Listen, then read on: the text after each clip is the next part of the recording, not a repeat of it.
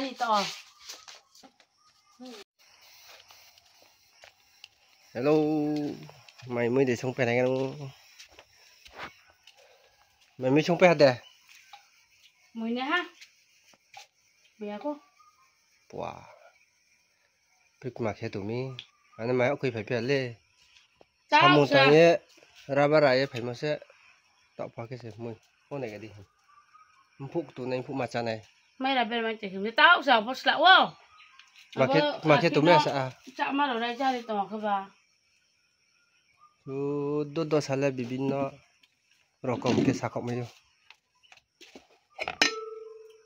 Bộ hôm mực chàng, bộ hôm mực chàng, bộ mày chàng chạm mấy nhau không? Máy sẽ muốn nhau còn kia bị cái mặt này, bị máy họ quay từ căng phải không với xì à? Mà muốn phiền là số đông mực chàng số mày lấy cái mày chàng khang cái chạm mày à? Tung ra một này cái đấy cười. Mới này hả lấy tao sao cái món nào mi? Xuống đi xem mobile này sang mà. Bà cha cái mama về cô, à bà phi nó chưa này sao tọ này.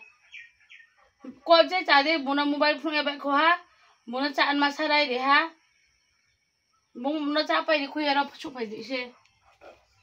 Mà đi, à đi. Chút ra đi tụi mình là xong tụi đi. Tạo phong mùi yak hả? Mùi này lên, mong nó mi. Wow, biết mà bỏ tao cái sông nào mi. Mà họ khuyên như thế nhá. Trả đi tỏ. Không chú nhà. Ghét tụi mọi trả cái trả đi chết hết tụi đi.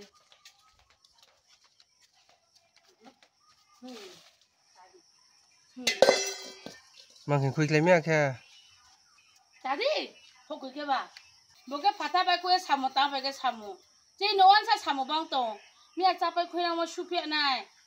Nếu chỉ trả finish cả sụp hiện này. Trả bài bố sụp hiện này. Trả này nó trả bài cái sụp hiện này. Trả còn gì sụp hiện này. Kháng sụp hiện này. Còn băng để xàm một. À bông khai jaga nông thang đấy, anh nhìn jaga cái này, aram cái cái sông cái này. Okay, done.